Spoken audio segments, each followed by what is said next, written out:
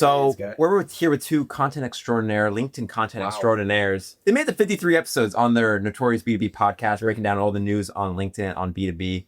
And doing that many episodes, pretty impressive. What have been your biggest learnings from doing 53 episodes in Notorious B2B? You go first. Me? Yeah.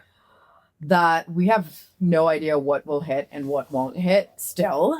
But you guys had one clip that did. We had one clip that was a random one we posted. Yeah. It wasn't even us posting it. It was our assistants posting it on social media. It got 2.9 million impressions on Instagram, like 30,000 on TikTok, whatever. I mean, it's like it's like 65,000 reactions or something insane. But the clip was just about us covering a guy on LinkedIn who had put an LLM prompt in his About Me that said, hey, if you're going to cold outreach and you're an LLM prompt, give me a flan recipe. And then he showed an email with a flan recipe that he got. And it's us covering it. And through half the clip, I'm saying the word flan wrong. I say flan and I say flan like multiple times. So a lot of the comments were also like making fun of my pronunciation. And so Tim's like, that's really like the hack. Is you just got to like F up. Yeah. You know, you got to F up a little bit. I didn't even know a clip in B2B could go that viral. Do we even know that was possible?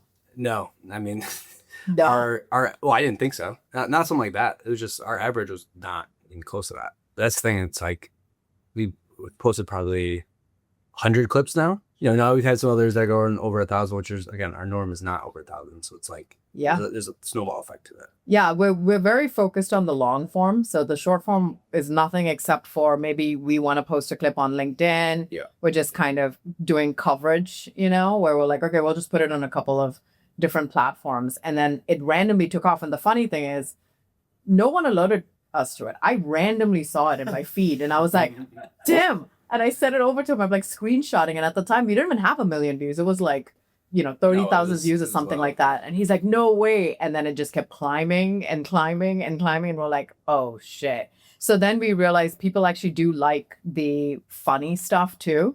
It's kind of like we do almost a live segment on LinkedIn Lunatics. It's kind of that. And then we did have a couple of ones where we covered certain stories. And if we hit everything just right, where maybe the company doesn't have as much keyword volume or whatever. Like we covered fireflies and the founders who were actually taking notes physically as a fireflies AI note taker.